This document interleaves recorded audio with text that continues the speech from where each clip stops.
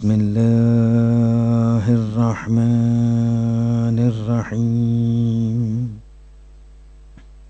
الحمد لله رب العالمين بارئ الخلائق أجمعين وباعث الأنبياء والمرسلين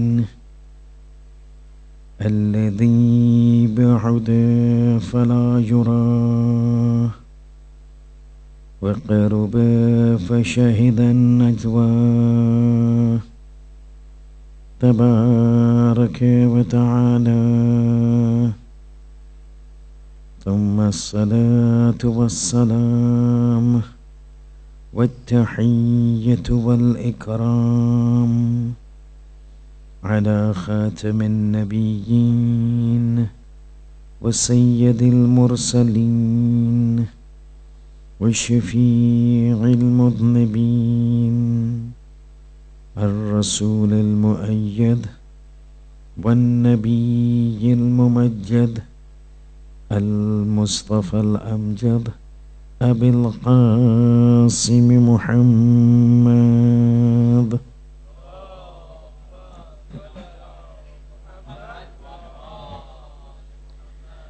وعلى آله الطيبين الطاهرين المعصومين المظلومين، لا سيما عن الإمام المنتظر وحجة الله الثاني عشر ابن العسكري المنتظر، ولعنة الله على أعدائهم أجمعين من الآن إلى قيام يوم الدين. أما بعد، فإن الله الصادق العليم قال في كتابه الكريم القرآن الحكيم: بسم الله الرحمن الرحيم.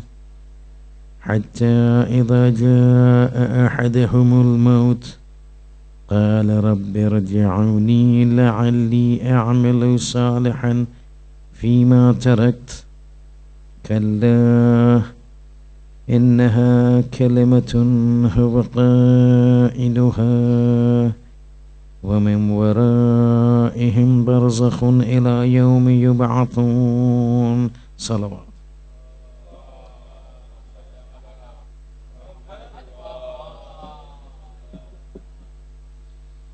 حتى إذا جاء أحدهم الموت, when death reaches them, they will turn to God and they will plead and beseech, asking the Lord to send them back into this world so that they can rectify all those things that they have messed up before. But God says this is just a tamanna that you have got, something that you wish for, a wishful thinking. It's not going to happen in reality, because from behind you there is a barrier that will not allow you to go back, and you remain where you are ila yawmi yub'athun, till the time that you are resurrected for the final accounting. The last night we had started the actual discussion on barzakh, and we had indicated that the body of the world is discarded in this world. It is decomposed, it goes into its decomposition mode. Right now I just stick with what I'm telling you, that the body goes into decomposition mode, because a little later we will tell you how this, which is a law of physics, that body when the metabolic activity stop begins to decompose and rot. The laws of physics can be defied and can be challenged and can be contested, but we will come to that at an appropriate occasion in this series. But the body of this world is left behind, the soul goes into the next realm, and now this soul needs to have another body that is in sync with the world that is in. So we discussed last night, the soul, the body is in commensurate measure, is in sync with the world that the soul will go to.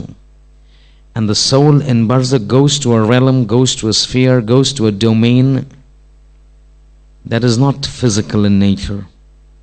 It is similar to the dreams we explained last night. This body in riwayat is referred to as the al-jismul mithali, badan misali. Misal, similar, mushabih, misl, similarity.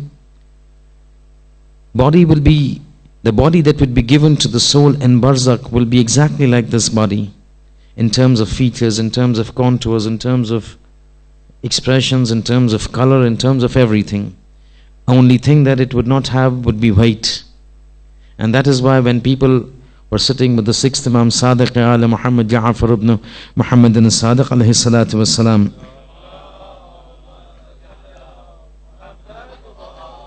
it says, Yabna Rasulullah, you say when man dies, he leaves his body over here, he will go to paradise, he will go into barzakh, he will go into whether it's paradise of the barzakh or the hell of barzakh.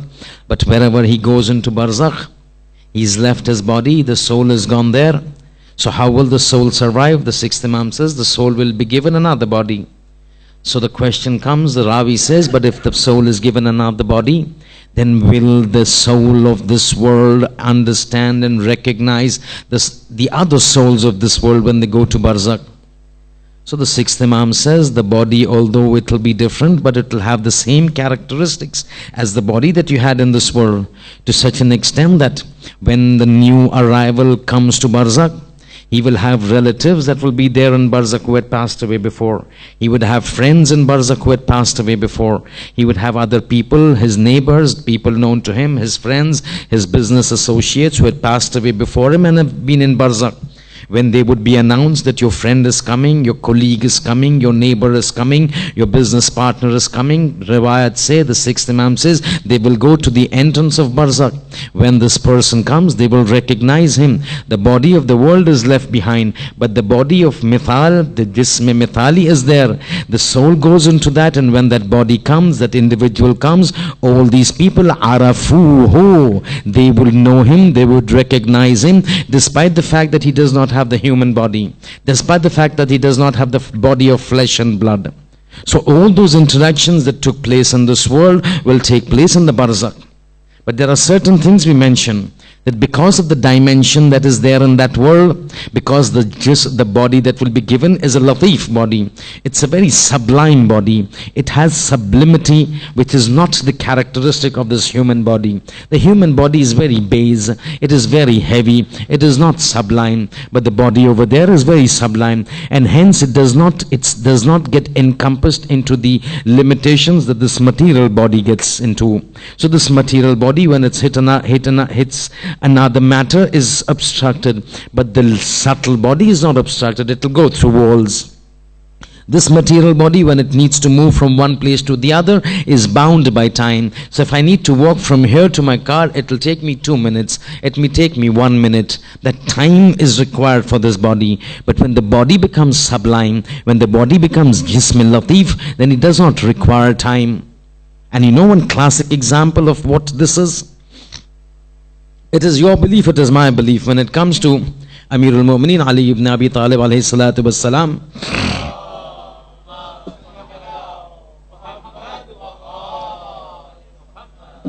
and you will hear this later, that one of the fundamental beliefs that we've got is that when a person dies and goes into the grave, Ali comes to the grave.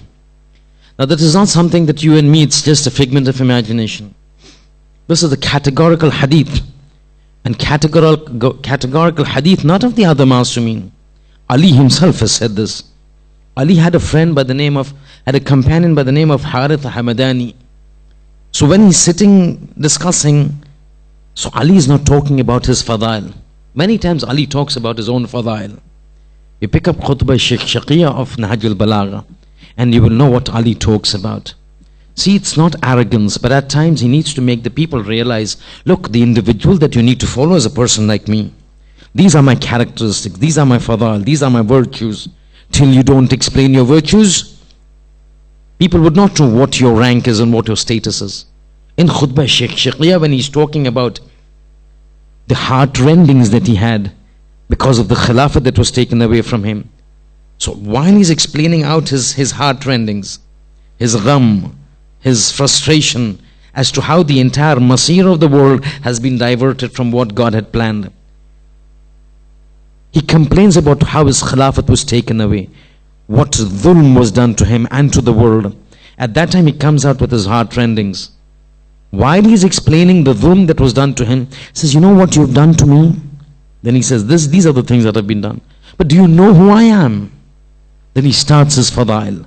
I am this and I am that, and I'm my virtue are these, and my excellences are these. Similarly over here, at times when you have the sitting with Harith Hamadani, Harith asks him that, Amir al-Mu'mineen, this instance about your wilayat, your love, your muhabbat, how does it help out in the akhirah? At that time, Ali himself comes out with this couplet, with this shair. It says, Ya Hari. In Arabic terms, when you want to link up and rhyme, you drop certain letters. So while his name was Harith Hamadani, Ali refers to him as Ya Hari. Man yamut yarini min mu'minin wa munafiqin. It says, Harith, you asked me a question. I'm going to put this to you in a couplet. It says, Oh Hari, whoever dies will see me, whether he's a mu'min or as a munafiq. I will come to them into the grave. Now the question that is there is that, and this is what we need to understand, that while we understand the fadail, at times it becomes difficult for us to explain to our children, to the youth sometimes, as that there are so many people who die.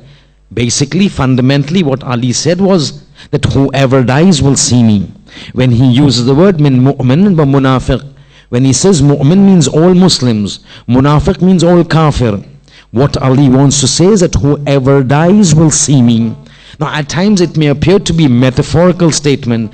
Ali is saying, I'm going to come into all the people, metaphorically stating that my powers, my rank, my status is this. But at times it's not always metaphorical statements.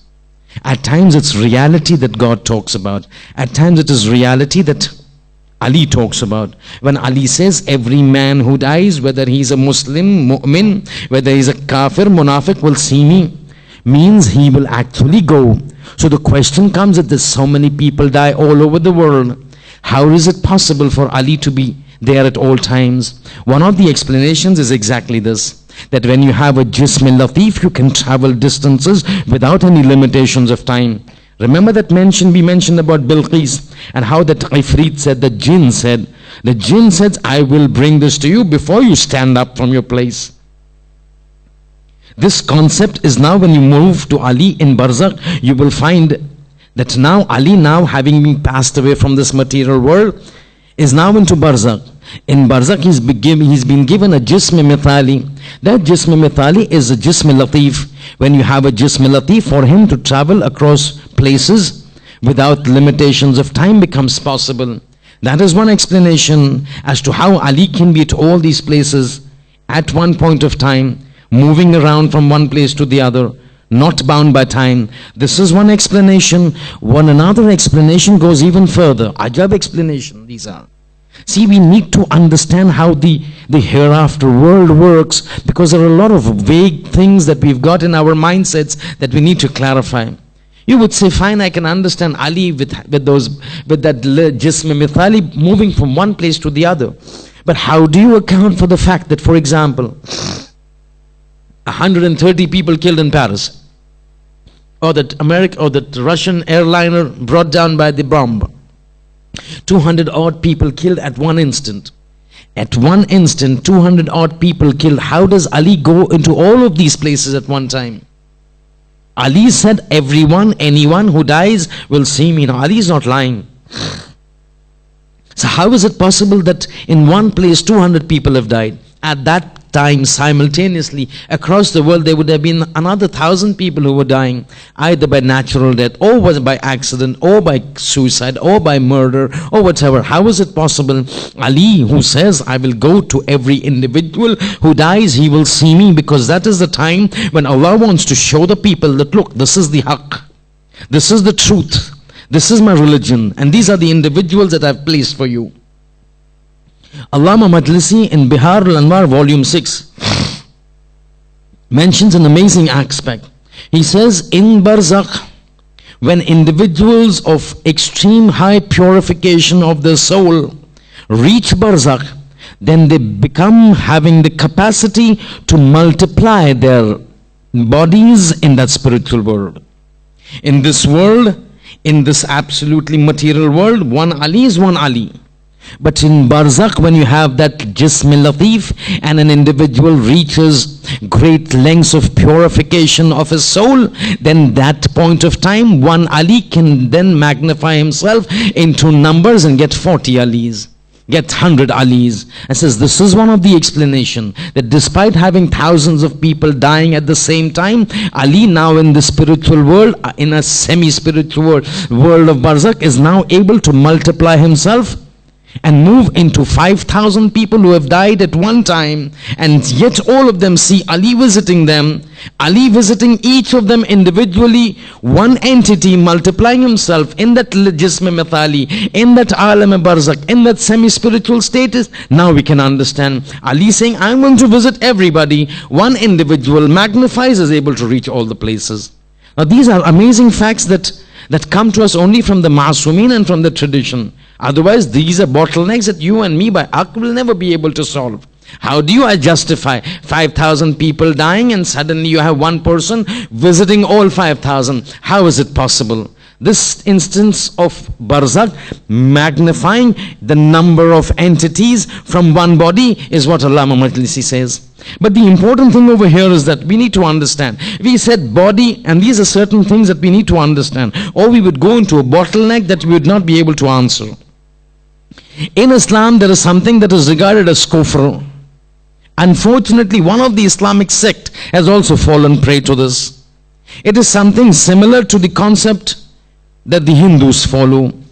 The Hindus consider a belief which they believe to be inherent to their fundamental ideology, that basic belief of Hinduism, which according to Islam is absolute kufr. And that is referred to in Arabic as tanasukh. In English referred to as reincarnation. The Hindu belief of reincarnation, whether it is Hinduism or whether it is Sikhism or whether it is Buddhism, they believe in something which is called reincarnation. The Arabic terminology of reincarnation is tanasukh. Tanasukh in Islam is kufr. And this is where we need to understand, so that we don't get misconception into our minds as to when we say the body that is taken from this world is left in this world, the soul goes into another world and is given another body. This is death, this is reincarnation, that is iman, this is kufr. So what does tanasukh say? According to the concept of karma of the Hinduism and the concept of reincarnation, the belief goes that an individual is born in this world. When the individual dies, the soul of this individual is then transferred into another body. And based on the actions of this man in this world, the body is given to him that is commensurate with the actions done by this man. So an individual is born in this world as a human being. He lives his life very shrewdly. He lives his life very wickedly. He lives his life very evilly. There's no word as evilly, in an evil fashion. So he lives a very evil life. When this person dies, that human body is left behind, that soul comes out, and the karma states that because this person led a very evil life, led a very shrewd life, led a very wicked life, now he will be transferred as a punishment into a body that is inferior to the body of a human being. So because of his nature of shrewdness, because of his nature of wickedness, this soul now gets transferred into the soul of, say, an animal like a fox, or a reptile like a snake. The soul is the same, but the punishment is that previously he was given a body that was superior. Because of his actions, now the soul needs to be punished by putting into a body that is inferior. And this is called karma. So this goes on for 7 generations or 7 lifetimes till eventually the cycle breaks and this person now is liberated from that 7th body and now goes and joins up with the Lord, which they call nirvana. This is tanasukh. One of our Islam categorically rejects this. It says one body, one soul. That soul will not be associated in this world. One body, one soul. Whatever this body does with the soul on the day of judgment, the body will be gathered together, the soul will be gathered together, the same soul will be collected with all the cells of that same body in this world, joined together, stand up before your Lord and give the accounting. Tanasukh and reincarnation says one body, one soul, seven bodies. For 7 generations, this soul will be associated with 7 bodies, depending upon his actions. So in this world, in the first, he's born as a man. Because of his actions, he becomes as a fox. He acts even more evil. He comes up as an insect. As an insect, he does good things. He becomes, say for example, a deer. He does a good deed. He becomes a human, but for example, a lower level of the category. Say a chaprasi, a chamar, you know those categories that they have. He does even more good deeds. Next generation, he becomes a human, but becomes a Brahman. Now he keeps doing good deeds. He comes out of that entire karma cycle, because now he's become a Brahman. He's done a good deed. Now he comes out of that cycle of karma. The soul meets the Lord. The Atma meets the Paramatma, or Nirvana in terms of Buddhism. Now the soul comes out of that cycle of 7 generations. This is reincarnation. Islam says no, we don't believe in reincarnation. When we say a person dies, we don't say that it is a reincarnation. Reincarnation means the attachment of the soul with 7 bodies in this world. What we say is, when this world, when the soul separates from the body, now the soul will never get attached to any other body in this world. The soul now has passed its time in this world, goes into another world. In that world is another body. That's a different issue. In this world, there is just one body. You remember that instance of that man in the grave, when those individuals and youths from Bani Israel came and wanted to talk to him. When he came out, what did he say? He says, as soon as you prayed, I heard a voice, Ukhruj, come out, get out. All of a sudden, all the cells of my body started to gather together. The bones started to gather together. Skeleton was formed. The skeleton was clothed with flesh and blood, and my soul got attached to it, and I came out before you. So the context is one soul, one body. This soul is now moving into another world. The body is eaten by insects. On the day of judgment, the soul will be gathered together. The cells will be extracted from wherever they are there. The contents of the cells will be gathered together. The skeleton will be formed. The ruh will attach to it, and this sheikh will stand up before God. God says, now I will take your accounting as to what you did in this world. You understand the concept, how things move. And this is what is the difference between tanasukh in reincarnation and what we believe as death and the life in barzakh. But having understood this, one thing we need to understand, that riwayat say that the life of barzakh will not be the same for everyone. And we will give you examples now. So the life of barzakh will not be the same. Riwayat say once a person dies, there are 3 stages that can be attached to an individual. Riwayat says there will be certain individuals who will be leading a life in absolute luxury. And you will hear, right now we're just talking about barzakh in general. We've still not got into the qabr. We've still not got into the fishar qabr. We've still not got into the incident of Munkar and Nakir. We are still now just on the periphery of barzakh. A generalized concept of what barzakh is before we go into the details. Riwayat say the status of individuals once they pass away will be 3 options, not more than 3. There will be certain individuals who will be in absolute comfort and bliss. They will be having the benefits of barzakh, a paradise of barzakh. See, you have 2 kinds of paradise. One is the paradise that Quran talks about, Al-Jannah, paradise, gardens of bliss. 2 kinds. One is of the akhirah, that is the final bliss. Hum fiha khalidun. Nobody comes out of that. Once you go there, you go there. One is the paradise of barzakh, that till the time the resurrection doesn't take place, individuals are in a state of comfort because they've acted well, because they've been good. They will have all the benefits, they will have all the ease, they will have all the comfort. A paradise, but a temporary paradise. This paradise will come to an end. The paradise of the akhirah will not come to an end. Similarly, individuals who have been evil will be subjected to two Jahannam. One is the Jahannam, which is the final Jahannam. There again there is no death. Quran says, La yamutu fiha wa la yahya. That is a place when individuals are sent. La yamutu fiha. Neither will individuals live in that Jahannam. La yamutu fiha wa la yahya. Neither will they live nor will they die. Ajaba, this is about this Jahannam in the Akhirah, the final abode. Hum fiha khalidun. Now you don't come out of it. Riwayat say the characteristic of that. No, not the riwayat. Ayat says the characteristic of that Jahannam is la yamutu fiha. People will not be able to die. Wala yahya. Nor will they be able to survive. They will not be able to die because that is no place for death. There is no death in the Akhirah. There is no termination of life. It is hum fiha khalidun. Abadul abad means 1,000 years, 10,000 years, 100,000 years, 1,000,000 years, 1,000,000,000 years, 2,000,000,000 years, trillion, quadrillion, zillion. It just goes on and on.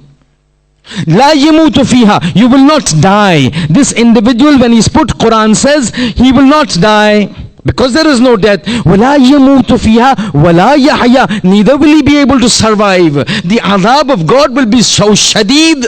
He will be clamoring for death. May death come to me. I cannot survive over here. The punishment will not let him live. Death will never come to him. Ajib state this is, a state where you cannot live, a state where you cannot die. But that's different. This over here is barzakh. A barzakh will also have its Jahannam. But that is a temporary Jahannam. That is a fleeting Jahannam. Up to the time resurrection takes place, this individual will be subjected to it.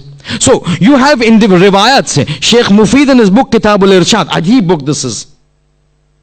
Somebody you can read Arabic, if you read that, it solves a lot of problems. Ajib, Sheikh Mufid, obviously, individual par excellence. Obviously, what do you say about an individual when he dies and Imam Zamana comes and writes a Marsiyah that upon your death, there is a day, the day of your death is a day of huzn for Ali Muhammad. Imam Zamana writes on the grave of Sheikh Mufid, Baghdad. As a result now, riwayat say, Sheikh Mufid says, Barzakh has three categories. One, individuals who will be in absolute bliss. Good individuals. I go with a calm heart and a peaceful mind. Enjoy up to the day of judgment. There will be individuals who will be in a state of absolute sleep. No trouble, no benefits. No ecstasy, no troubles, no punishment. Just sleeping. Riwayat Quran says, many a time. That incident of Hazrat Uzair.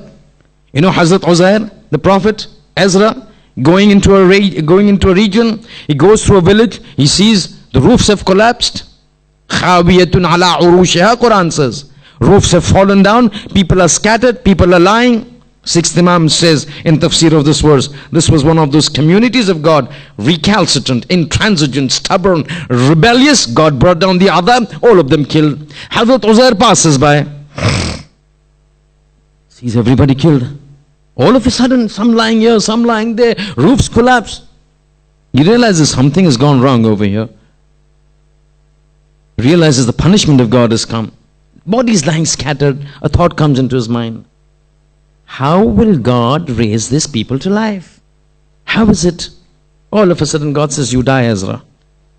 Uzair, you die. He dies, makes him sleep, wakes him up.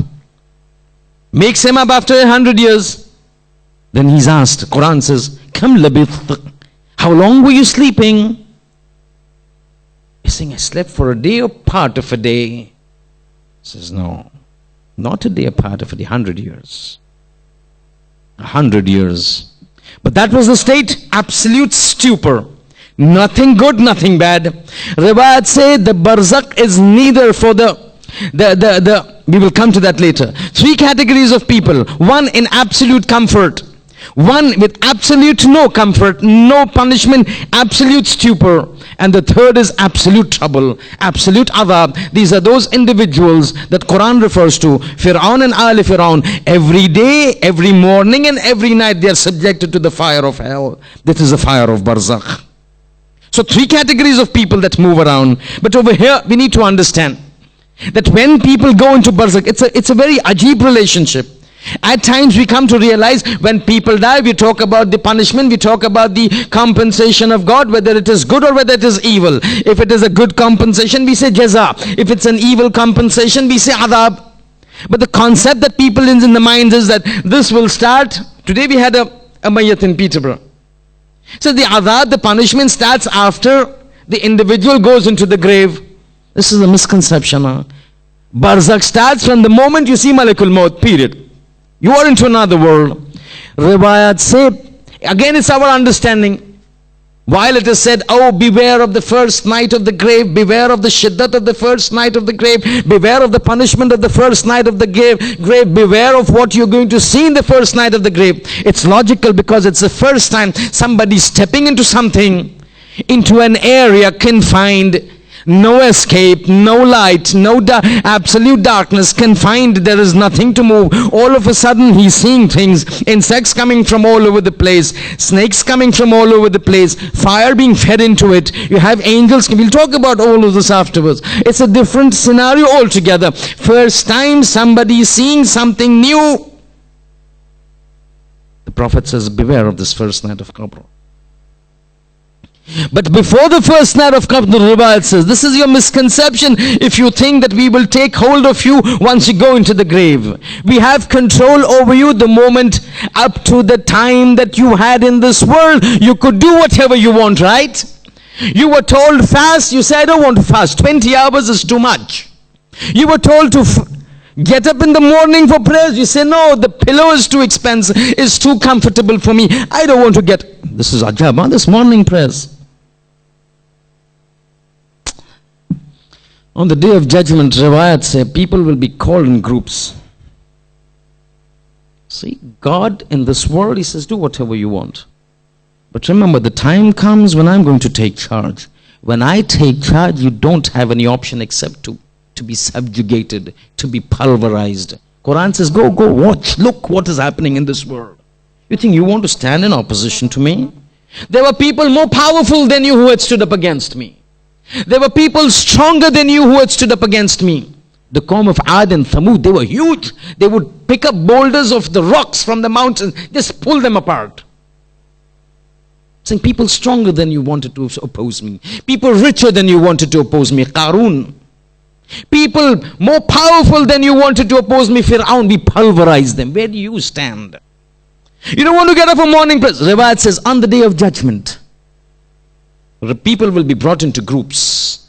Fauj. One of the groups that will be brought, Riwayat says the punishment and then the reason for it. It's saying a group will be brought into the plains of Qiyamah. As they're brought into the plains of Qiyamah, the order will come from God. Ya malaikati, start the movie. It says, Riwayat says, the Holy Prophet says, these group are brought into the plains of Qiyamah. You see on the plains of Qiyamah there is no shade. It's absolutely flat like rotli, none. There's no tree, no mountain, no depression, no crevice, no nothing. You can't hide. These people are placed into the center, into a portion of Mahshar. The angels come, they start picking up boulders. Specifically for this purpose. They start picking up boulders. Riwayat says sizes of boulders equivalent to apartments, equivalent to mountains. These boulders are picked up and smashed onto the heads of these individuals. As these boulders are brought upon the heads of these are riwayat. We might want to close our eyes, but the sun does not go away.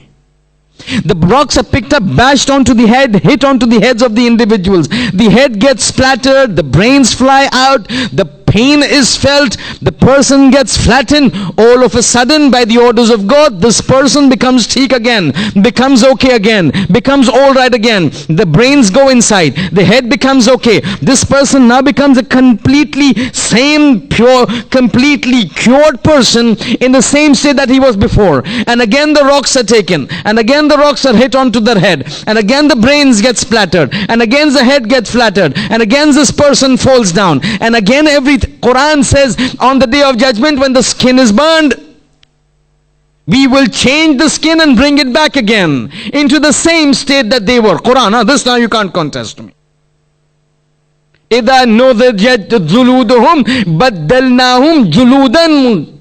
We will change the skins. Once we will punish them by means of the fire, and the skin gets scarred, and the epidermis gets burned, and the nerve cells get completely annihilated, so that now the skin is burned and no more nerve cells, and now he doesn't feel anything because of the nth degree burn that he has got. We will not let him lose like this. That day is going to be for 50,000 years. He has violated my orders in the world. We will take him to task on the day of judgment. By his nerve cells getting completely annihilated, he now loses the sense of pain. We will not give him that liberty. We will replace that skin with a new epidermis, with a new sensory organs, with new veins and new nerve tendons, so that now when we burn him again, he feels the same pain that he felt the first time. There is no release. كُلَّمَا نُضِجَتْ جُلُودُهُمْ بَدَّلْنَاهُمْ جُلُودًا. Every time the skin gets burnt and they feel, now they will not feel the pain, we will replace it with a new set of skin, with new sensory perceptions. Again the burning, he faces the pain as he had faced it for the first time. For how many years? فِي يَوْمٍ كَانَ مِقْدَارُهُ خَمْسِينَ أَلْفَ سَنَةٍ. Quran says that day is one day equivalent to خَمْسِينَ أَلْفَ سَنَةٍ. 50,000 years. The skin gets burned, is replaced with a new skin. Every time it is burned, he feels the pain as if it is for the first time. Every time the rock is picked up and bashed onto the head, he feels the pain as if it is for the first time. Jibreel is with the Holy Prophet. The Prophet turns to Jibreel, says, this is the time of Mi'raj. He says, what is the punishment for these? Why are these people being punished? Why are these mountains being thrown onto their heads and smashed and then made again and then smashed? Every time the rock comes, they feel the pain as if it is the first time. The answer comes, these are those individuals who in the world were not willing to take their heads away from the pillow. The pillow was so comfortable to them that the morning prayers become qada, but they don't want to get up. In the world you had the authority to violate my orders. You did whatever you want. Now you are in our control. Limmanil mulk al-yawm. In this day, whose authority is ruling? It is my authority. Now you cannot do anything. In the world I would tell you to get up. You liked your head on the pillow so much, so you didn't want to raise the pillow. Now in the day of judgment, when you are in my complete control, I will show you how comfortable it sounds to have the rock thrown upon your head. But we have it. That's again, now we are going into Qiyamah. This is not our discussion of Qiyamah. Let's come back to Barzakh. In Barzakh, we've got this misconception that the punishment or the reaction of God starts from the time you go into the grave. But Riwayat says, no, that's not the case. The punishment and the benefits start. How many times have you seen these scholars and these muttaqi individuals when they die? The face becomes nurani. The face becomes good. You want to know now? Right now, just bear with me up to Arba'in. Shabi Arba'in. Shabi Arba'in, I will tell you how God recompenses, how God compensates the doers of those who do good. But from the very beginning we've said, individuals do not learn except by the whip. And sometimes it goes to me also. कहते हैं ना, लातों के भूत बातों से नहीं मानते. ये हम जो है ऐसे भूत बन चुके हैं कि फिर जो है वो बातों से नहीं माना जाता. जब तक जो है वो लात इस्तेमाल ना हो, वहां तक मैं जो हूं सुधरने वाला नहीं हूं. और खुदा कहता है कि लात हमारे पास बहुत है देने के लिए, हम खूब देंगे आपको. And this is what happens. रिवायत के जुमले रिवायत में मिलता है. कब्र में जाने से पहले लोगों ने जो है اب جو ہے یہ ہرکس کی بات نہیں، ہمارے جیسے جو ہے وہ گنہگار کی بات نہیں، مگر وہ انسان مثلا شیخ عباس قمی، یہ واقعہ شیخ عباس قمی کا ہے. شیخ عباس قمی مفاتیح الجنان، صاحب مفاتیح الجنان، عجیب کتاب. بہرحال شیخ عباس قمی کی کا مقام صرف مفاتیح الجنان کے حساب سے نہیں. مفاتیح الجنان جو ہے ایک کمپریہنسو دعا کی کتاب نہیں ہے. آج ایسا موقع ہے کہ اگر کسی کے گھر میں قرآن ہو تو قرآن کے بعد اگر جو کوئی کتاب ہو تو مفاتیح الجنان. افراد گھر میں نہج البلاغہ نہیں ملے گی، صحیفہ سجادیہ نہیں ملے گی، لیکن قرآن ہوگا، مفاتیح الجنان ہوگی. اتنی شہرت خدا نے شیخ عباس قمی کو دی ہے. مگر ایک بات بتا دوں آپ کو، مفاتیح الجنان جو ہے وہ کمپریہنسو اور جو ہے وہ ایسی کتاب نہیں کہ سب دعا اس میں ہے، ناقص ہے. بہت سارے اعمال آپ اٹھائیے مہینوں کے، متعدد دعاؤں کی کتاب میں ملیں گے، مفاتیح الجنان میں نہیں ہے. مثلا جو ہے کفامی کی کتاب بلد الامین، عجیب کتاب، بہت ساری دعائیں جس میں ہے، مفاتیح الجنان میں نہیں ہے. مصباح المتہجد شیخ طوسی کی کتاب، بہت سارے اعمال جو ہے اس میں ملیں گے، اس میں نہیں ہے، مفاتیح میں نہیں ملیں گے. اللہ اقبال الاعمال، عجیب ایک دوسری کتاب، بہت معروف، بہت یعنی علماء کے درمیان بہت مشہور. اعمال زیارات اس میں ملے گے، مفاتیح میں نہیں ملے گی. مگر مفاتیح کی خصوصیت نہ، مفاتیح کی خصوصیت نہیں، شیخ عباس قمی کی خصوصیت ایسی تھی کہ اتنی شہرت خدا نے دی ناقص ہونے کے باوجود. اب وہ ایک مسئلہ دوسرا ہے، کبھی جو ہے وہ 21 ماہ رمضان کی گفتگو میں اگر جو ہمیں موقع ملا کہ یہاں ہے تو پھر بتائیں گے کہ کیا وجہ تھی کہ ناقص ہونے کے باوجود خدا کو یہ کتاب اتنی پسند آ گئی کہ نسبتاً دوسری کتاب کے جو زیادہ مکمل ہے ان سے زیادہ خدا نے اس کتاب کو شہرت دی. پر وہ کسی اور مرد.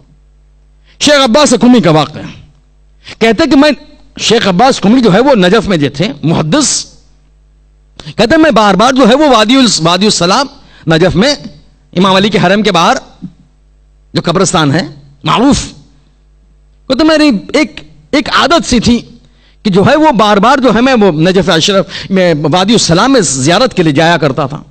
تو ایک مرتبہ جب میں گیا، مغرب کا وقت تھا، میں گیا زیارت پڑھنے لگا. جیسے زیارت پڑھ رہا تھا ایک مرتبہ ایسے چلانے کی آواز آئی، چیخنے کی آواز آئی، اتنا شدید الحزین آواز، اتنی آواز شدید الحزین، اتنا غمناک جو منظر تھا وہ ذہن میں کہ ایسا مجھے احساس ہوا کہ کوئی شتر جو ہے، کوئی اونٹ کوئی بڑی پریشانی میں کچھ گر گیا ہے، پیر ٹوٹ گیا ہے. اتنی آواز، دردیلی آواز. میں نے زیارت کو چھوڑ دیا کیونکہ آواز اتنی دردیلی تھی کہ مجھ سے رہا نہیں گیا. ایسا لگا کہ پتہ نہیں کوئی اتنا شدید تکلیف میں ہے، شدید الم میں ہے، شدید پین میں ہے. میں زیارت کو چھوڑ دیا، جا کے بچاؤں وہ شتر کو، وہ اونٹ کو. آواز، اور وہ آواز مسلسل آتی گئی، اتنی شدید آواز، اتنی احساس ہو رہا تھا کہ جو آواز کر رہا ہے بہت زیادہ الم میں ہے، بہت زیادہ جو ہے وہ درد میں ہے.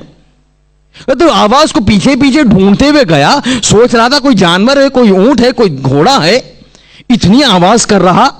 اب جا کے دیکھا تو دیکھا وہ مصدر آواز ایک عجیب شخصیت، عجیب چیز. میں تو سوچ رہا تھا کوئی حیوان ہوگا، مگر دیکھا کیا، ایک جنازہ پڑا ہے تازہ، اور یہ آواز پکارنے کی، چلانے کی جنازے سے آ رہی. اور تعجب کی بات یہ شیخ عباس قمی نقل کرتے، کہتے ہیں مجھے لگا کچھ اشتباہ ہو گیا، یہاں وہاں ڈھونڈ رہا ہوں، کوئی نظر نہیں آیا. آواز آ رہی تھی یہاں جنازے سے. اور مزے کی بات یہ تھی، تعجب کی بات یہ تھی کہ جنازہ پڑا ہے اور ساتھ میں 2-3 افراد ہے کہ جو قبر کھودنے میں مشغول ہے. وہ ایسے خون سردی سے قبر کھود رہے جیسے کہ کوئی چیز ہے ہی نہیں. لگ رہا ہے کہ بس ایک جنازہ پڑا ہے. مگر میں خود سن رہا تھا، وہ جنازہ پکار کے چلا رہا تھا، ارے مجھے بچاؤ. ارے ایسی آواز نکل رہی تھی کہ لگ رہا تھا کہ شدید العلم میں ہے.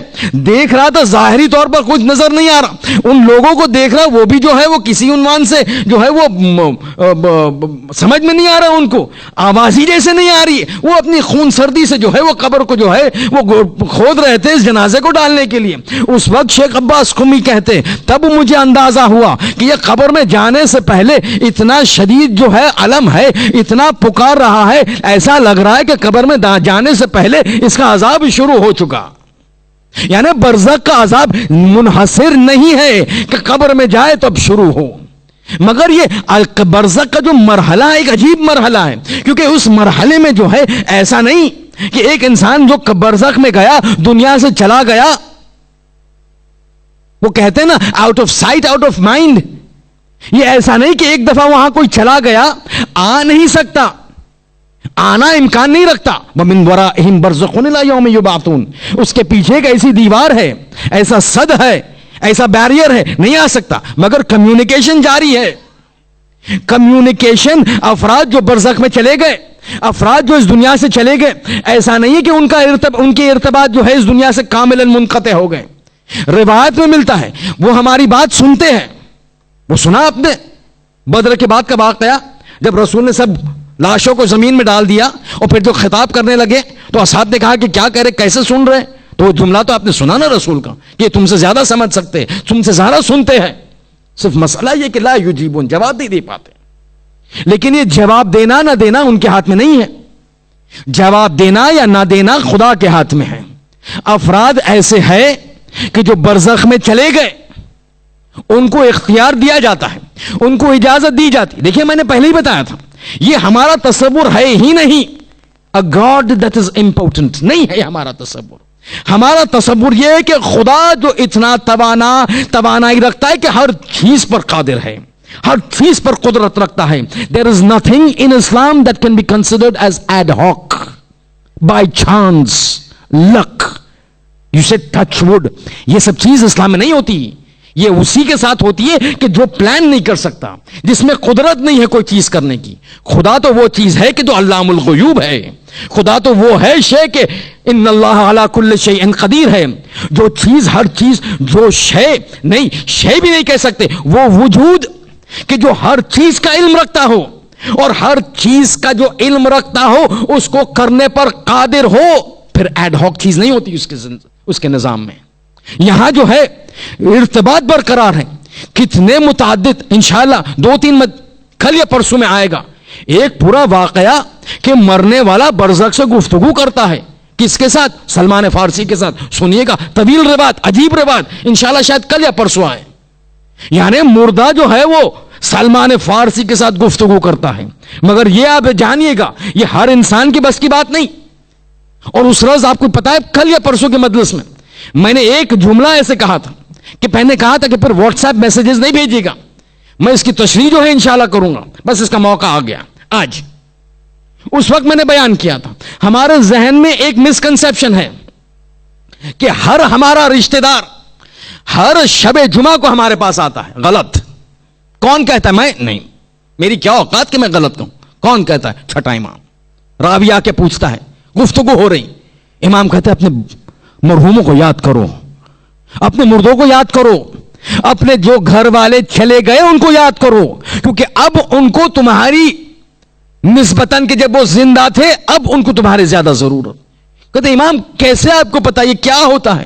کہتے رشتہ دار جو ہے تمہارے پاس مانگنے آتے ہیں، بھولو نہیں، وہ آتے مانگنے. کہتے ہر روز آتے؟ کہتے نہیں، شب جمعہ. کہتے ہر شب جمعہ آتے ہیں. پھر امام تشریح کہتے کچھ افراد ایسے ہیں کہ جو مرنے کے بعد برزخ میں جاتے ہیں، ان کے مرتبے کے حساب سے جو ہے خدا ان کو اجازت دیتا ہے اپنے مرحوم، اپنے زندوں کے پاس آنے کے لیے. جو زندہ رشتہ دار ہے ان کے پاس آنے کے لیے اجازت جو ملتی ہے اس کی frequency is dependent upon their rank and position. کہتے افراد جو ہے کچھ ایسے افراد ہیں جو اتنے متقی ہیں، جو اتنے دیندار سے دنیا میں، خدا ان پر جو ہے ان کا خدا کا لطف زیادہ ہے، ان کو اجازت ملتی ہے کہ ہر شب جمعہ جائیں. لیکن بس کہتا ہے ہر کس کو اجازت نہیں ملتی. کچھ افراد مومن ایسے ہیں، مومنہ ایسی ہیں کہ جب دنیا سے برزخ میں چلے جاتے ہیں تو ان کو مہینے میں 1 مرتبہ اجازت ملتی ہے آنے کی. کہتے کچھ لوگ ایسے ہیں کہ 1 سال میں 1 بار اجازت ملتی ہے آنے کی. شاید کچھ ایسے ہو کہ جو ایک زندگی میں 1 بار آ سکے. یہ آنا جو ہے ہر وقت کی بات نہیں ہے.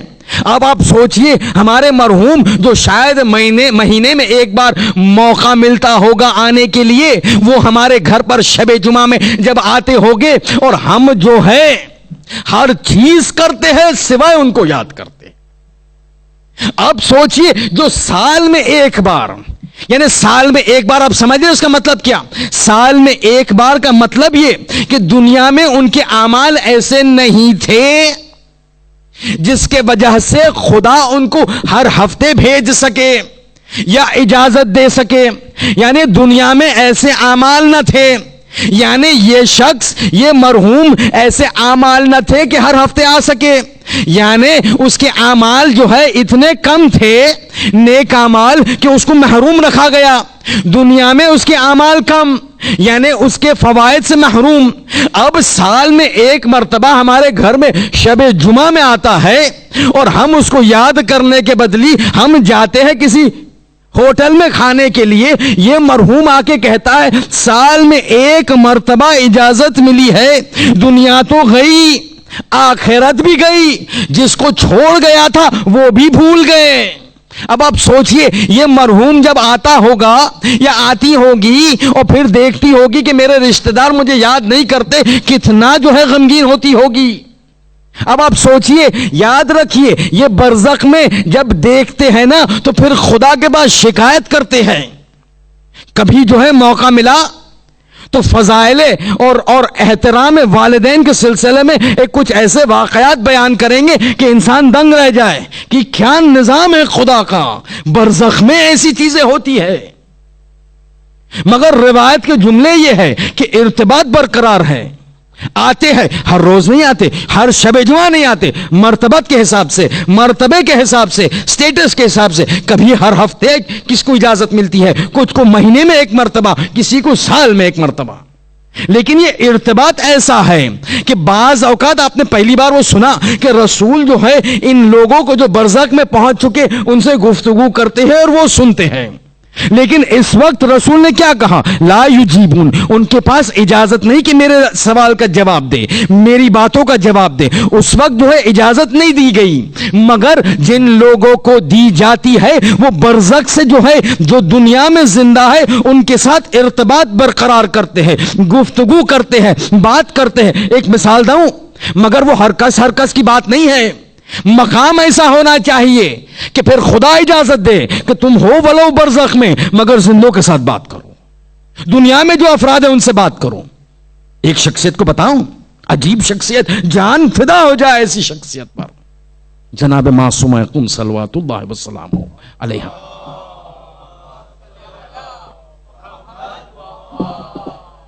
جناب معصومہ قم کو جو ہے کم نہیں سمجھیے گا. دیکھیے ہمارے پاس کچھ افراد ہے جن کو کہا جاتا ہے معصومین، ٹیکنیکل معصومین، یعنی چاردہ معصومین. کچھ افراد ہے کہ جو ٹیکنیکل الفاظ میں معصومین نہیں ہے، لیکن ان کے اعمال معصومین سے کچھ کم نہیں. مگر آپ جو ہے وہ زینب کو کبھی کیسے تصور ہو سکتا ہے کہ کوئی گناہ کر سکے، مگر کوئی ایسی چیز ہے کہ جو زینب کو معصومیت سے خارج کر سکے. لیکن ٹیکنیکل میں چاردہ معصومین میں نہیں آتی، مگر عمل میں، اعمال میں، رفتار میں، کردار میں، گفتار میں معصوم ہے. ان سے کہا جاتا ہے شبہ معصوم، ہے معصوم لیکن ٹیکنیکل ٹرم میں نہیں آتے، ہے معصوم. ایک ہوتے ہیں ایسے کہ جب ٹیکنیکل ٹرم جب ہم یوز کرتے ہیں کہ دو رسول کے چاردہ معصوم اور جناب زینب. اب مسئلہ یہ ہوتا ہے کہ کچھ افراد ایسے ہیں اہل بیت کے کرانے میں، کچھ افراد ایسے ہیں کہ شبہ معصوم کی کیٹیگری میں نہیں آتے، مگر ایسی کوئی چیز بھی نہیں کہ جو شبہ معصوم سے خارج کر سکے. عباس کی ایک ویلیو ہے، عباس کا ایک سٹیٹس ہے، علی اکبر کا ایک سٹیٹس ہے، زینب ام کلثوم کا ایک سٹیٹس ہے. اب جو ہے معصومہ قم کو تو اب زینب سے مقایسہ نہیں کر سکتے، ہماری مقایسے تو جو ہے باہر ہی ہے، لیکن جناب معصومہ قم کو زینب سے تو مقایسہ نہیں کر سکتے. مگر ایسی شخصیت کہ کوئی چیز ایسی نہیں کہ شبہ معصومیت سے خارج کر سکے. غیر از حضرت عباس، زینب ام کلثوم، ان کو چھوڑ کے اگر ہم تمام خاندان اہل بیت کو دیکھا جائے، ہم دیکھیں تو اگر کوئی نمایاں شخصیت نظر آتی ہے زینب اور عباس کے بعد، علی اکبر اور علی اصغر کے بعد، وہ جناب معصومہ قم، واقعہ سنیے کس کا؟ جناب ملا صدرہ کا. ملا صدرہ تو نام سنیں گے، فلسفی فلسوف اسلام کا. الاسفار الحکمت المتعلیہ فی الاسفار الاربعۃ العقلیہ، ایک عجیب کتاب انہوں نے لکھی ہے فلسفے پر. انسان کا رفتار، انسان کا مسیر دنیا سے آخرت سے، عالم ارواح سے دنیا تک آنے کے لیے، اور دنیا سے لے کے پھر جو ہے برگشت خدا کے پاس. ایک عجیب 4 جلد کی کتاب ہے، 4 سفر بیان کرتا، عجیب، بہت دقیق، فلسوف، لیکن ساتھ ساتھ میں جو ہے وہ فلسفے کے ساتھ عقلیہ نالج کے ساتھ ساتھ عرفان میں بھی ماہر تھے. عرفان یعنی اپنی اسپرچل ریفائنمنٹ میں، خدا کے طرف نزدیک معرفت میں. ان کا کہنا ہے شیراز میں رہتے تھے، محمد ابن ابراہیم ابن علی الشیرازی، صدر المتعلہین نام تھا، لقب تھا ملا صدرہ. رہتے تھے شیراز میں. دیکھیے نام ہے محمد ابن ابراہیم ابن علی الشیرازی، شیراز کے لینے والے. ان کا کہنا ہے، کہتے جب میں مطالعہ کرتا تھا نا، یہ عظمت بی بی معصومہ، سنیے گا، جب میں مطالعہ کرتا تھا، فلسفہ آپ کو پتا ہے ایک بہت پیچیدہ چیز ہے، یعنی اس کو جو ہے وہ you need to have mental abilities. کہتے جب میں بہت ہی پیچیدہ مسئلے میں اٹک جاتا تھا تو حل کرنے کے لیے میرے پاس کچھ مراحل ہوتے تھے. حل کرنے کے لیے کچھ مراحل ہوتے تھے. پتہ سب سے پہلے جب میں کسی مسئلے میں اٹک جاتا تھا تو میں بہت جو ہے وہ تفکر کرتا تھا، بہت تفکر. حکیم تھے، حکمت. کہتے پھر بھی اگر کوئی مسئلہ حل نہ ہو، وہ مسئلہ، تو پھر جو ہے میں ریاضت میں جو ہے میں مبتلا ہو جاتا تھا، یعنی مشغول ہو جاتا. دعائیں، زیارت، نماز، یہ وہ مسئلہ حل ہو جائے. کبھی اتنا مسئلہ پیچیدہ ہو جائے کہ تفکر کے بعد بھی جو ہے حل نہ ہو، عبادت اور زیارت اور دعا میں مشغول ہونے کے بعد بھی جو ہے وہ روشنائی مجھے نہیں ملے، تو پھر میں سمجھ جاتا تھا اب یہ میری توانائی سے باہر ہے. تو پھر میں جو آخری میرا مرحلہ تھا اس کو استعمال کرتا. وہ کیا؟ تو شیراز سے اٹھتا تھا، قم پہنچتا تھا. شیراز سے نکلتا تھا، قم پہنچتا تھا. مستقیماً جو ہے وہ حرم بی بی معصومہ. کہتے بی بی معصومہ کے پاس بیٹھ کر یہ گفتگو جو ہے پیش کرتا تھا کہ بی بی یہ مسئلہ ہے، مجھے سمجھ میں نہیں آتا. بی بی جو ہے مجھے بتاتی تھی کہ کیا مسئلہ، اس کا حل کیا ہے. یہ عجب ہے. ہاں یہ مسئلہ آپ بی بی کیا کی نسبت سے سنیے گا یا مقدس اردبیلی جو امیر المومنین کے حرم میں جا کے پوچھتے تھے، یہ سنیے گا. دیکھیے خاندان کریمہ اہل بیت بی بی معصومہ اسے کہا جائے. کہتے اگر کوئی مسئلہ ہر چیز سے جب حل نہ ہو تو پھر شیراز سے قم آتا تھا، بی بی معصومہ کے 2 زانو بیٹھ جاتا تھا، بی بی کے محضر میں پیش کرتا تھا، قبر سے آواز آتی تھی، مسئلے کو حل کرتی تھی. دیکھیے مراحل ہوتے ہیں. انسان کی سٹیٹس کے حساب سے جو ہے انسان کو جو ہے وہ خدا جو ہے اختیارات دیتا ہے، اور انہی اختیارات یہ سب سمیٹ کر اہل بیت میں جمع ہوتے ہیں، سب سمیٹ کر. اور اسی اہل بیت یہ مسائل کو سمجھنے کے لیے اور تشریح کرنے کے لیے اور حقیقت دنیا اور آخرت کو بتانے کے لیے اہل بیت آئے ہیں. مگر آنے کے لیے قربانی دینی پڑی نا. خدا کے نظام میں کبھی بھی فری میں کوئی چیز نہیں دی جاتی. اگر حسین کو قیامت میں روایت ملتی کہ ہم کہتے ہیں نا اے خدا ہمیں دنیا میں زیارت حسین نصیب کر، آخرت میں شفاعت حسین نصیب کر، اس کی ایک وجہ ہے. روایت میں ملتا ہے قیامت کے دن جو ہے وہ حساب کے لیے جو ہے 1000 لائن بنی ہوگی، اس میں سے 999 کی تو شفاعت صرف حسین ہی کریں گے. 1000 صفحے ہوگی کہ افراد کھڑے ہو گئے حساب و کتاب کے لیے، اس میں سے 999 کی شفاعت تو صرف حسین ہی کریں گے. آپ سوچئے مقام. مگر حسین کا مقام ایسے نہیں دیا جاتا. آپ کو پتا ہے جب کربلا کی طرف نکلنے کے لیے، نہیں مدینے سے مکے کی طرف نکلنے کے لیے جب نانا کا رسول چھوڑ رہے تھے تو اس وقت جو ہے وہ اتنا گریہ کیا کہ خواب میں چلے گئے. خواب میں جو ہے نیند آ گئی. ایک مرتبہ خواب میں رسول کو دیکھا تو کیا کہا، ارے نانا ایسے نہیں ہو سکتا کہ میں آپ کے پاس آ جاؤں. تو رسول کہتے ہیں حسین اگر جو تم میرے پاس آؤ گے تو پھر کربلا کون بنائے گا؟ اگر وہ 999 صف کا شفاعت ہونا تمہارے ہاتھ سے ضروری ہے تو لازم ہے کہ پھر تم شہید ہو. تم نہیں آ سکتے میرے پاس. مگر امتحان ایک چیز ہوتی ہے, امتحان کو پاس کرنا ایک چیز اور ہوتی ہے. امتحان کو پاس کرنا ایک چیز ہوتی ہے اور امتحان دینا دوسری چیز ہوتی ہے.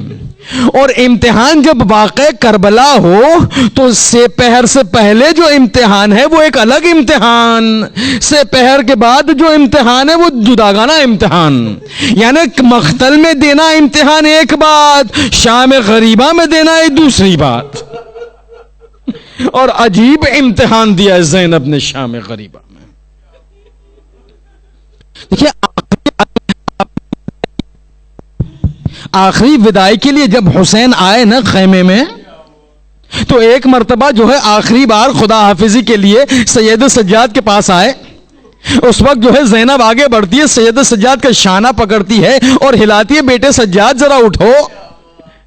غشی کی حالت میں ہے, مریضی کی حالت میں ہے, نحیف اتنے ہو چکے, کمزور اتنے ہو چکے کہ بیماری کی وجہ سے غشی طاری ہو چکی سجاد پر.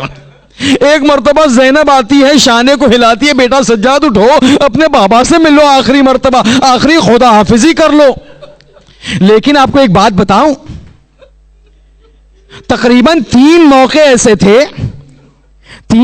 ایسے تھے کہ سجاد کو غش آیا, بے ہوشی میں غشوا کی حالت میں چلے گئے, اور تینوں مرتبہ زینب نے اٹھایا ہے.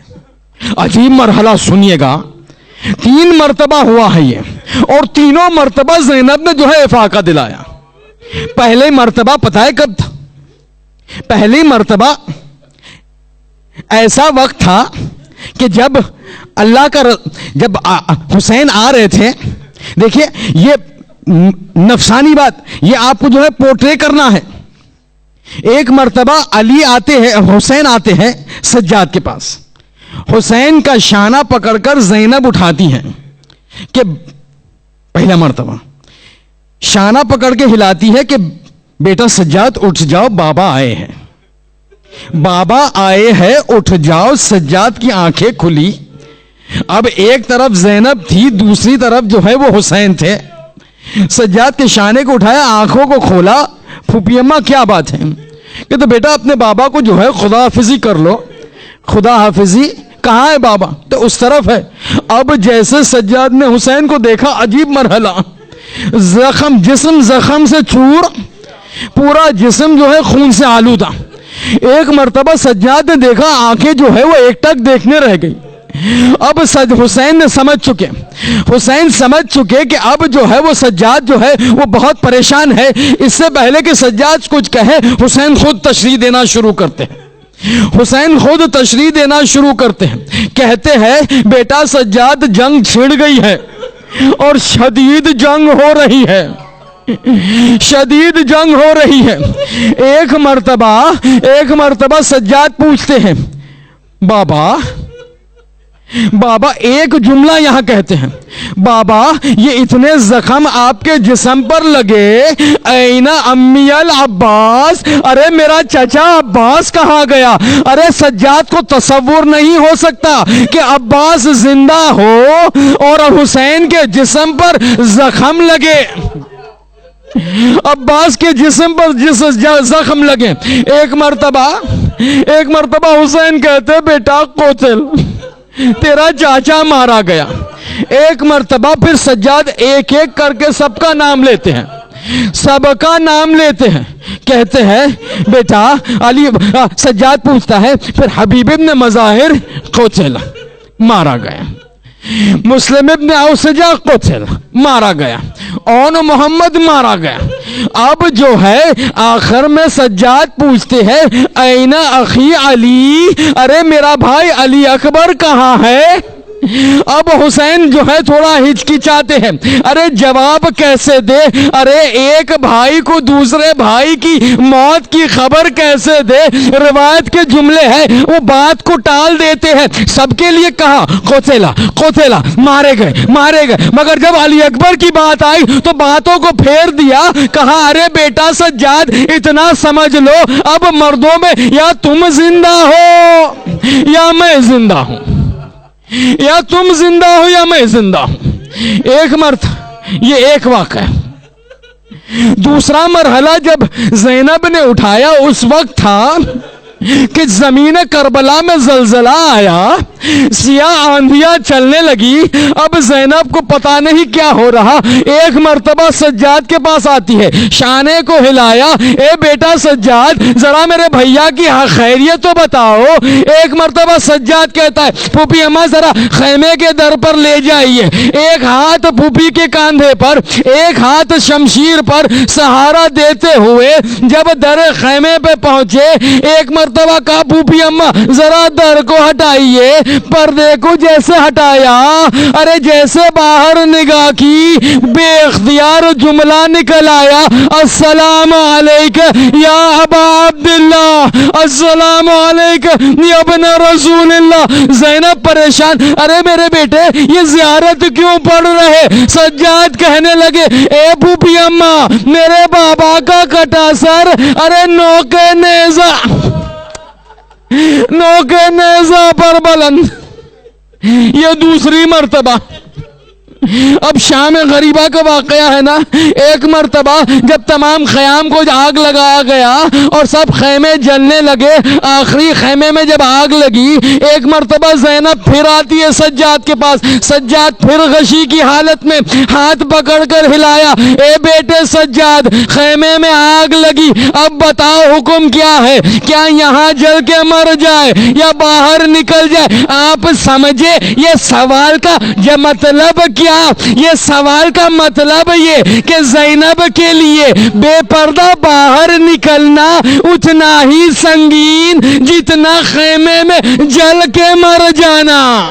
ایک مرتبہ سجاد کہتے ہیں اے پھوپھی اماں علیکن الفرار، باہر نکل جائیے. روایت ہے سب باہر نکلتے ہیں. ایک چھوٹا سی واقعہ، مصائب تمام. فاطمہ بنت الحسین، حسین کی دوسری بیٹی، اب وہ بیان کر رہی، جب ہم باہر نکلے تو میں نے دیکھا ایک شقی میرے پیچھے آ رہا، میں دوڑنا شروع کری تاکہ فرار کر سکوں.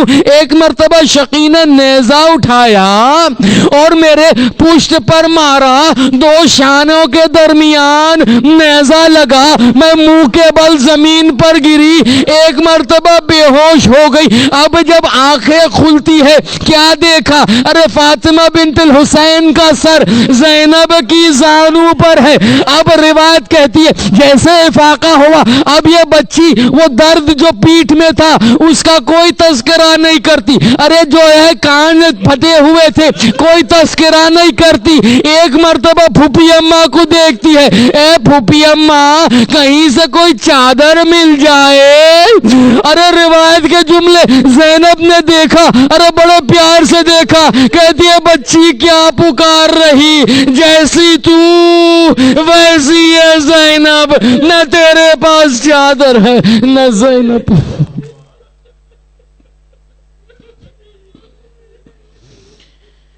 وسيعلم الذين ظلموا أي منقلب ينقلبون ألا ولعنة الله على القوم الظالمين. ماتم حسين.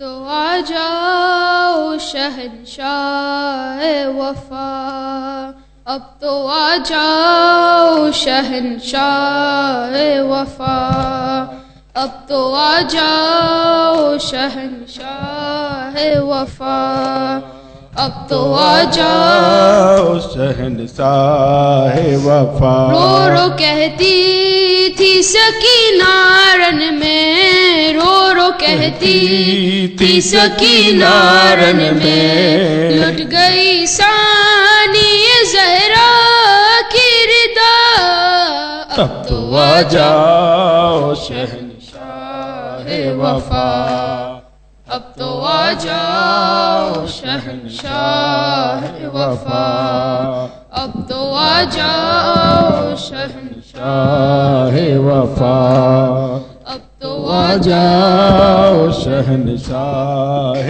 وفا شمر نے مارے تماچے ہے میرے گالوں پہ چڑکیاں دیکھے اٹھایا ہے مجھے چڑکیاں دیکھے اٹھایا ہے مجھے بابا کی لاش پہ رونے نہ دیا اب تو آ جا او شہنشاہ وفا اب تو آ جاؤ شہنشاہ وفا چھین کر سب کی ردائے اور جلائے خیمے ایسے لوٹا ہے مسلمانوں نے ایسے لوٹا ہے مسلمانوں نے نہ کیا آل محمد کا حیا اب تو آ جا او شہنشاہ وفا تو آ جاؤ شہنشاہ وفا تم کو عباس کی طاقت پہ بھروسہ تھا بہت قید ہونے سے بچائے تم کو قید ہونے سے بچائے تم کو آ کے یہ شمر نے زینب سے کہا اب تو آ جا شہنشاہ وفا اب تو آ جا شہنشاہ وفا توڑ دی مار کے اکبر کے جگر میں برچھی اور ستم گھر نے کہا مولا سے اور ستم گھر نے کہا مولا سے یہ سنا ہے کہ تو صابر ہے برا اب تو آ جا شہنشاہ وفا اب تو آ جا شہنشاہ وفا صاحب العصر یہ الفاظ عطا کرتے ہیں کوئی خوبی یہ نہیں اختر کی کوئی خوبی یہ نہیں اختر کی اس کے ناہوں میں ہے زہرا کی دعا اب تو آ جا او شہنشاہ وفا اب تو آ جاؤ شہنشاہ رو رو کہتی تھی سکینہ رن میں رو رو کہتی تھی سکینہ رن میں لٹ گئی ثانی زہرا کی ردا اب تو آ جا او شہنشاہ وفا اب تو آ جا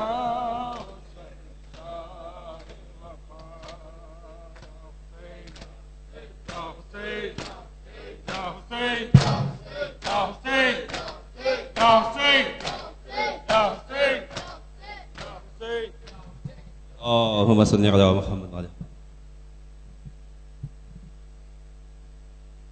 السلام علیکم یا نبی اللہ